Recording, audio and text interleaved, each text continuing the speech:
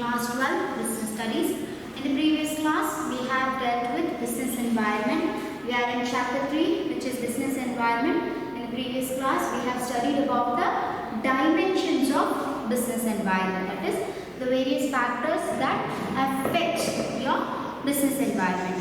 So previously we have seen what is meant by business environment, the characteristics, importance, and then we have dealt with dimensions of business environment.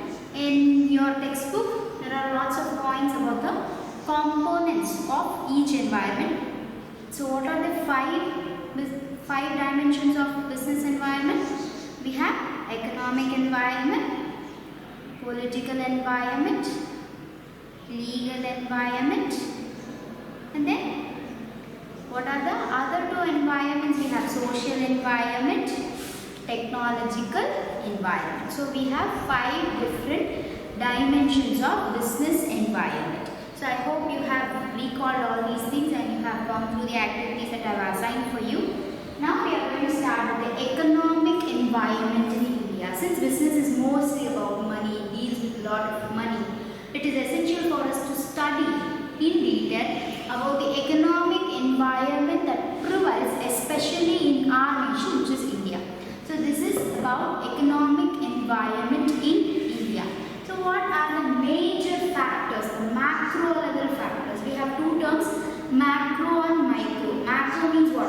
In the large scale, whereas micro means small little minute factors. Now macro level factors means the factors that play a very huge role and they are very easily visible.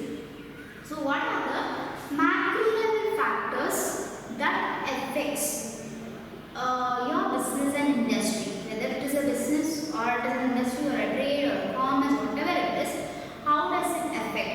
How does the economic environment that prevails in our country affects? What are the things that affects? First is the stage of economic development that is in our country. What stage of development is there? We have basically what do we say? We say we are a developed nation, we are developing nation, we are underdeveloped nation. Same way in economical status also there are differences in the development. How we are economically developed country, economically developed and economically underdeveloped or undeveloped country. So in which stage of economic development is our country in? Based on that our business environment changes. Based on that we need to make the economic policy of our business organization also. So what is the first macro factor that affects us? What is the stage of economic development of our country? Based on that our business environment and business policy will affect. The second point is economic structure. That is, it should be a mixed economy. What is the economic structure? Whether mostly public sector or mostly private sector. And what is more likable? A mixed economy. That is, the mixture of both. Public sector is also there and private sector is also there. So our country is known for this because we have public sector companies as well as private sectors. Even in banks if you take children, we have public banks. That is, banks run by government as well as privatized banks also we have. So in banking sector, in every sector we have both public companies as well as private companies. So what kind of economic structure are we following? Okay, and then even if I am choosing my business, whether public companies are more or private companies are more, because for example if you take railways, it's a monopoly, it's run by government, it has no competitors. If you take transport like road transport, buses, you have government buses as well as private buses. But do we have any such thing in trains like that? Do we have government trains and private trains? No, it's called a monopoly. The government only runs the railway. So when we think about our business and all the other factors that relates to the business, we should know what is the economic structure that we are in, whether it is going to be a mixed economy or the public sector plays a vital role or the private sector plays a major role. Then comes economic policies of the country.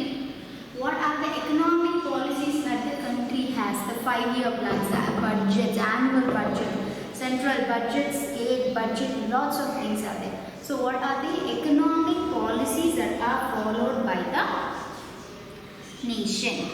Okay, industrial policy, what is the budget allocation, home policy, all these policies should be taken into account. Then comes economic plans. Again, economic plans means what? Economic planning talks about your 5-year plans, your annual budgets, all these come under economic plans. Policies are for a long time, as plans is for short time, and it puts a clear picture. Plans gives you a clear picture of what you are doing. Okay, whereas policies apply universally or at least national level it applies. Okay, then comes economic indices, other factors related to the economy of our nation, like GNP. GNP stands for Gross National Product. The revenue of the country is said to be in terms of GNP and GDP. Gross National Product. Per capita income. What is meant by per capita income? The average salary of a person, of a citizen of our nation is called as per capita income. It will not differ. The per capita income is what? The average. How do you calculate it? By taking the national's income divided by the earning community, you will find the average income of one person, which will be called as per capita income. Clear? This also plays a major role. Then comes infrastructural factors like banks, financial institutions that lend money to us. So these also play an important role because these people only fix the interest rates. Based on our interest rate, the business expansion we said, right? Based on that, the business expansion differs. How much we are going to borrow, whether we are going to borrow or not. Okay, so we have transportation and then infrastructural facilities. So when we travel from one district to another district or one state to another state, we have to pay a toll. So that also affects your business because it covers inside the cost of the product. So that also should be taken into account when you are discussing about the economic environment that affects your business. Clear, children? So what are the macro level factors that affect of the economic environment of India? These factors affect your business and industry. What are they? Which stage of economic development is prevailing in the country? Which stage of development is happening? Economic development is happening in the country. The second point is the economic structure, whether it is a mixed economy, whether private sectors are more or private enterprises, privatization is more or public sectors are more. That you have to keep it into account. Then the economic policies, the long-term policies like financial policies, fiscal policies, and all those industrial policies, the laws, the acts that we have discussed, will all come under economic policies. Then economic plans relating to money, right? Annual budgets, 5-year plans, all these will come under economic plans. Economic indices means what? Your national income. How the amount is distributed, whether it is equally distributed to all the community people, the distribution of income, rate and growth of GNP. What is that? GNP means what it is?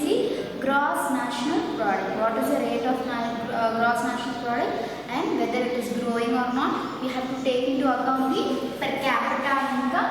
Per capita income means the average income of one person, one citizen, to be very perfect. Then comes infrastructural factors. What are infrastructural factors? It is kind of things that help you for your business, like transportation cost. Then comes your banks, because interest rates come there. It will come. Then you have your communication charges. All these will come under infrastructural factors. These are the major factors that affects your business and industry, and this is related to the economic environment of our nation. Then comes the next thing. When we are discussing about it, we should know how it was. How was the economic environment and how it is now? Two different things. Now, during independence, at the time of independence, how was the economic environment of India? How was it at that time? What was the situation at the time of independence? how was it? Why we are knowing it? Because only if we know about the past, we'll be able to compare it, we'll be able to know if we have developed in some sort of way, and we'll be able to know what went wrong. It's very important. Only when we know what went wrong, we can correct a mistake and we can rectify it in the future. So it is very essential for us to know what went wrong. That is why we are discussing how was the economic environment in India during independence, at the time of independence. At the time of independence, agriculture and rural factors, it was more of, the sector was more of agriculture and rural in character. The Indian economy mainly relied on agriculture, and the industries or the business that ran were more in rural village. It was not here in towns. Okay, so the economy was more relied on agriculture and rural sector. 70% of the employment was in agriculture. Okay, people who were employed, people who were working in that population, if you take 70% of these people were involved only in agriculture. They were not involved in any other manufacturing industry or IT industry. When at the time of independence, most of them were involved in agriculture. And the population, the entire population, 85% of the Indian population were living in villages. There was no urban civilization, mostly they were all in rural side. That is why the main sector was agriculture and rural sector, and that is why maximum employment, that is 70%, more than half, 70% of the employment was with agriculture. Why? Because 85% of the total population were living in villages. Then, what are the production techniques? Of course, we came to know that they are highly involved in agriculture. How was that? Did they use any modern technologies? No. They used irrational methods. They did not use proper methods and methods that gave low productivity.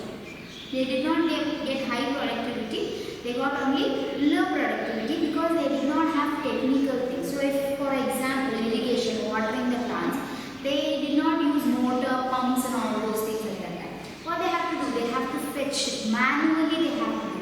When a work is done manually, it gives you low productivity because people get tired, they have to take rest sometime, and they'll take a break and all these things. But when it is done automated, when you are using today's technology, it will be highly efficient. So how was the production then? The production was using irrational methods and the productivity was really low.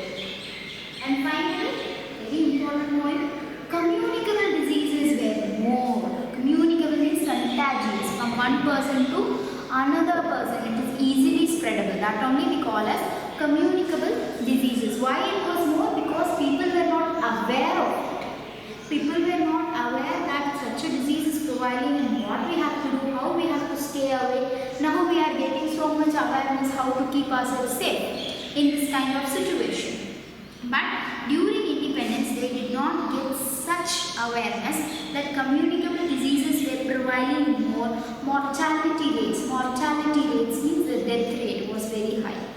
The death rate is very, very high. People died at a very young age and people died very often. You can hear deaths very often. So mortality rates were very high, which is not good for the nation as well as the business, because if you don't have enough customers to buy your product, of course your business will not survive. If you don't have the employees to work for your company or your business, then again your business cannot run. So economy, the entire Indian economy was highly affected because of these reasons also. During independence, it was like this, and this made everyone think how to improve the Indian economy. So how was the independence? How was it during independence? It was, the economy was mainly of agriculture and rural character, and 70% of the employment was in what? Agriculture. Okay, 70% of the employment opportunities, they are available only in agriculture also. It's not that people did not go for other fields. It is because only that was available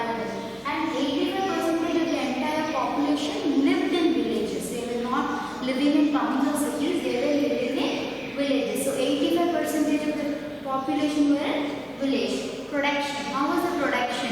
The production was done irrationally. They did not follow any technical methods or advanced technologies were not available on those days. So the productivity was also low. That is, it was not used efficiently. People would work for a long time compared than now.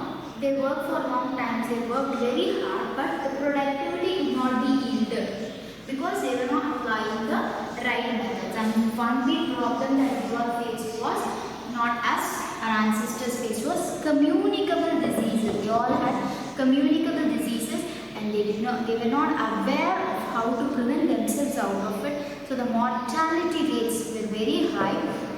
It's generally because the health system was not good. Now you get to know in the news the health department is doing so many things. They give you a lot of awareness. They tell you how to prevent yourself. They are taking care of someone who is affected by COVID. They come and they take care of them. Treatment is given at that point of time during independence. That much awareness was not there, and the health system also was not so good. Okay, these were the impacts, or this was how Indian economy was at the time of independence. This made economists think. They wanted the Indian economy to grow. Because what? Because with the help of the economy only the country can be developed. If the economy is backward, they cannot do any other development activities. That's why the Indian economy was planned to be improved and developed. And how it can be done? They thought of bringing many industries. They were trying to bring many industries, and most of the important industries were kept under the control of the government. That is, they were kept as public sectors. They didn't allow private sectors to enter largely. Okay, the main industries, the main manufacturing industries were kept under the control of public sectors rather than private sectors. The importance after independence, which was the sector that was given importance? Public sector was given importance. Private sector's importance was way too much reduced. Okay, and then India made a lot of development plans. Why should we have development plans? How are they going to help us? Why did they frame such development plans? That's why we are going to discuss the objectives of the development plans. What were the objectives of the development plans that our economists created after the independence? How? And they created it to solve the economic problems of the country. What are the points? Rapid economic growth. Why did they have a development plan? Just to bring a rapid economic growth. They wanted to have a good economic growth. And how it should be? It should be rapid, that it should grow very fast. We cannot have a gradual growth because it's going to change the country. We needed a rapid growth. So they all wanted the economic plan, the development plans were designed in a way that the economic growth should be very, very rapid because it should improve the standard of living of people. That's where from the urban side, even there also they struggled a lot. Even in villages they would have struggled without facilities. That's why the productivity was less. So the standard of living wanted has to be improved. Poverty should be evaded, it should be removed, it should be at least reduced. Unemployment should be reduced. For that purposes, the development plan was formulated with such objectives. Then comes self-reliance. The country should become self-reliant. We should not depend on other countries. Okay, now we are independent. At one point of time, we were dependent nation. Then only we got independence. Right. So we should not, again in the business field also, we should not depend on other countries. We should be self-reliant. We should believe in only ourselves. We should depend on ourselves and improve in the manufacturing industries and other industries also. We should have a strong industrial base in our country even. We should have heavy and basic industries. First we should start with basic industries, raw materials providing industries. That's where we will reduce imports so that the development will grow very fast. The economic growth The rapid economic growth can be achieved through being self-reliant. If we are self-reliant, it will be very helpful. That's why the second objective of the economic development plan was to be self-reliant. The third point is reduce inequalities. We have to reduce inequalities. That is, everybody should have at least the basic standard of living. They should all be happy and all those points. We should reduce inequality in the wages, in the income, in the wealth, in the health. One will be very strong, one will be very weak. It's a nature, fine. But the availability of medical facilities should be equal for everybody, right? So that's where we should reduce inequality. We should reduce inequality in income and wealth. Who achieved or how we achieved all these things? Through the development plan that we made in India after independence. The objectives were to achieve all these things. And finally, the socialist pattern of development. We wanted to adopt the socialist pattern of development. That is, again, it is what? Based on equality and to avoid exploitation by man. That is, one man should not exploit another man. That is, a person should work only for 8 hours. There was zamindari system and all, right? There was slavery and all those things. So these plans brought, they decreased unemployment. They gave employment opportunities for everybody. And what happened? These development plans helped us to improve the standard of living. They developed equality. Everybody should have equality in earning, income and health and wealth. And finally, socialist pattern of development. That is, everybody should develop equally and based on equality. The development should be based on equality. Right? So this is the economic environment in India. What are the main important points? After independence, public sectors were given maximum importance and private sectors were given less importance. Public sectors managed main factories like infrastructure facilities were under the control of the transportation, banks, everything were in control of public sectors, whereas private sectors were given the responsibility of manufacturing the goods and services for the normal people like us. Okay, so this is the economic structure of India. We have discussed about the macro level factors that affect the business and industry. That is the stage of economic development of the country. Then what is the economic structure, whether we are following mixed economy or not. Then the economic policies of the country, the fiscal policies of the country, economic plans, the 5-year plans, budgets and all those things. Economic indices, the other factors like gross national product, per capita income, disposal of income, national income and all those things. Then comes infrastructure factors like communication facilities, banks, all those things. Based on this also, the business environment plays an important role. Then we discussed how the economic environment was at the time of independence. At the time of independence, agriculture and rural character. The economy had a agriculture and rural character because 70% of the employment was in agriculture and 85% of the entire population lived in villages. And finally, the production was very less because they used irrational methods of production. No technological development was there, and then communicable diseases were more. No good health system was given. People were not aware of it. The mortality rates were very, very high. Then we discussed about the objectives of the development plan that has been created after the independence. After independence, public sectors were given more importance than private sectors. They wanted to create rapid economic growth, not gradual, rapid, very fast. Then we have to be self-reliant. This development plan should make us self-reliant. Then wanted to reduce the inequalities among the people. That is, everybody should gain equally income and wealth. Then socialist pattern of development. No man should be allowed to exploit another man. So the main industries like infrastructure facilities were kept under the control of public sectors, whereas manufacturing goods and services were held up with the private sectors. There were many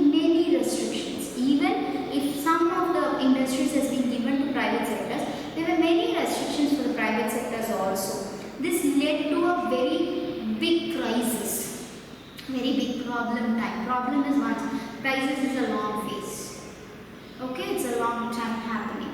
And foreign exchange was not allowed, imports and exports were not allowed. The government had so many rules and regulations that they wanted public sector to play a main role. Because of this, in the year 1991, to be exact, June month of 1991, faced a very big crisis. India faced a major crisis. So there is a detailed report given in your book about the crisis of June 1991. I want you to go through it so that we can go into the next step, that is the industrial policy that was framed after the crisis, because all these problems, restrictions, foreign exchange was not allowed, public sectors were not given freedom to do their own work, so that there was a huge crisis. So after facing this crisis, what did our government do? They came with a new policy which is called the Industrial Policy of 1991. Came into existence from July 1991. So I want you to go through about the crisis of June 1991, so that in the next session we will be discussing about the industrial policy of 1991 and the factors relating to it: liberalization, privatization, globalization, and finally the recent change, demonetization. So till we meet in the next session, children, I want you to go through the economic environment in India, and more importantly, I want you to get in detail about the major crisis of June 1991. Thank you, and may you all have a good day today, children.